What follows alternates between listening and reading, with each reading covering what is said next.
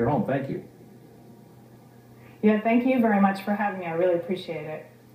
Let's now expand the conversation with ESPN.com CL Brown, who covers the Tar Heel basketball program. David Ritpath, he is the president-elect of the Drake Group, which advocates reforms in athletics.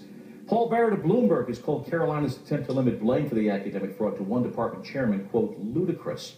And Dan Kane joins us on the telephone. He's done seminal investigative reporting on all of this for the Raleigh News and Observer. Good to have you all here. CL, how sensitive a topic is this around the team this year?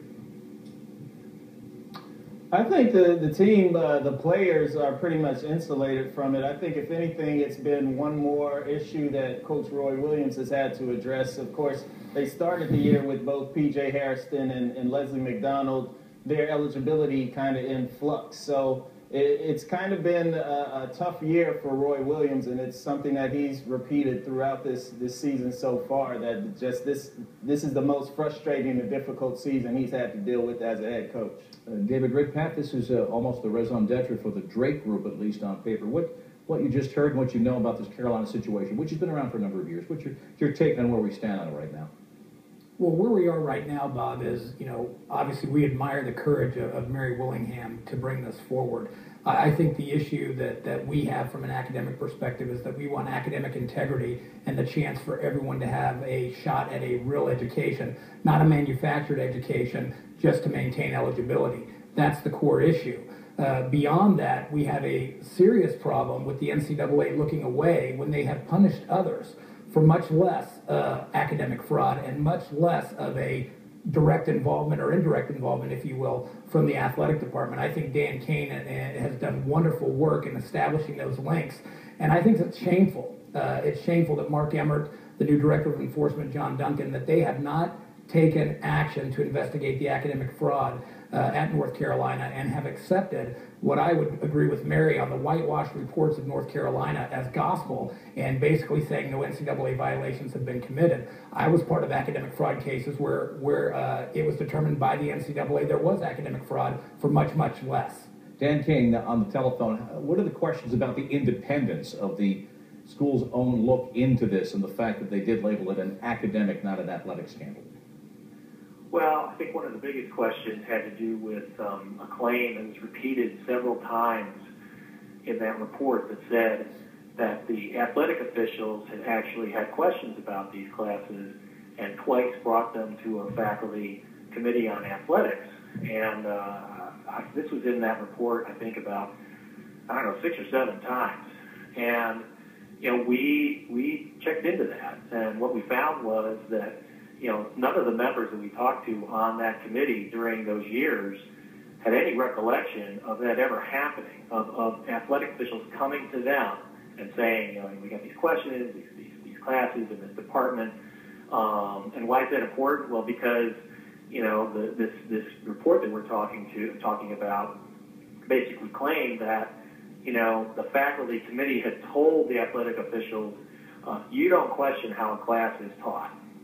And it's almost like they were absolved at that point. It's like, okay, well, all right, we'll just keep putting, athletes in these classes because nobody's telling us we shouldn't, and nobody's telling us that these classes are a problem. But they could not produce any evidence to show that it actually happened. There's no documentation showing that the athletic officials had, communicated with them. The numerous faculty that I spoke with said, no one brought this to our attention, or I have no recollection that this was brought to our attention. And after we wrote that story, the woman who led this effort for Baker Tilly, the consulting firm, had to go before the UNC Board of Governors and admit, nope, didn't happen. Paul Barrett did not happen. What she then said was that, well, there was some sort of offline discussion about this issue. So there were 500 grade changes all told, 200 no-show classes. Just want to direct a question to Paul Barrett. At the end, when the school self-reported and looked into this, former governor leading the investigation, basically they pointed to one department chairman who's now under an indictment and one staff member, and that was the extent of the blame for something going back to 1997. Yeah, it's just not plausible. The school is putting forward a line that Dan Kane, and Observer has been puncturing very effectively for years now, except no one's listening to him on Chapel Hill. They're putting forward a line that for some reason one rogue department chairman set up a Potemkin department and was just rubber stamping grades for athletes and for others.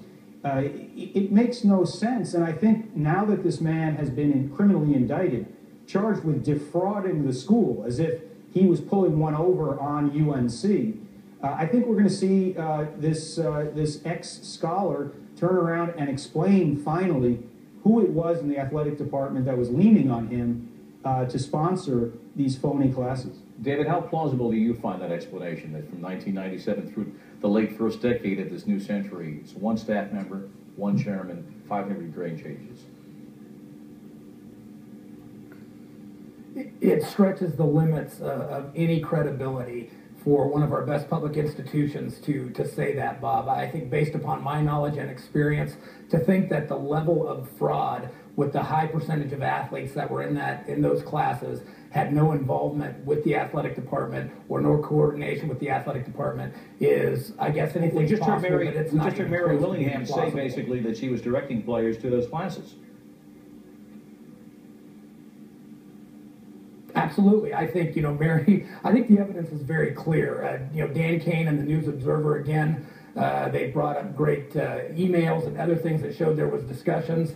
Again, I don't believe that this fraud would have happened but for the benefit to athletics. And in an academic fraud case I was involved in, that's what I was told by the NCAA, and yet they are not doing anything.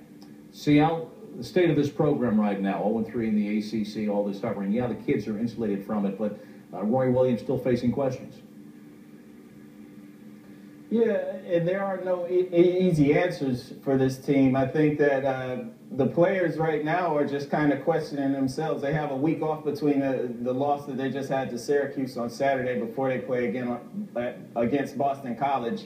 And right now they're just looking for answers for some consistency in their play. I mean, they have the big wins against Louisville and Michigan State and Kentucky, and then losses to teams that you look at on paper should not win against North Carolina, especially the home losses they've had to Belmont and to Miami. Shaping up as a long year at this point in the ACC. I wish we had more time, gentlemen. C.L. Brown, David Gritpath, Paul Barrett, Dan Kane, tremendous reporting at the NNO. Your team has done illustrative work here for all triplets on getting to the bottom of the story. Thanks so much. Still ahead, the NFL concussion.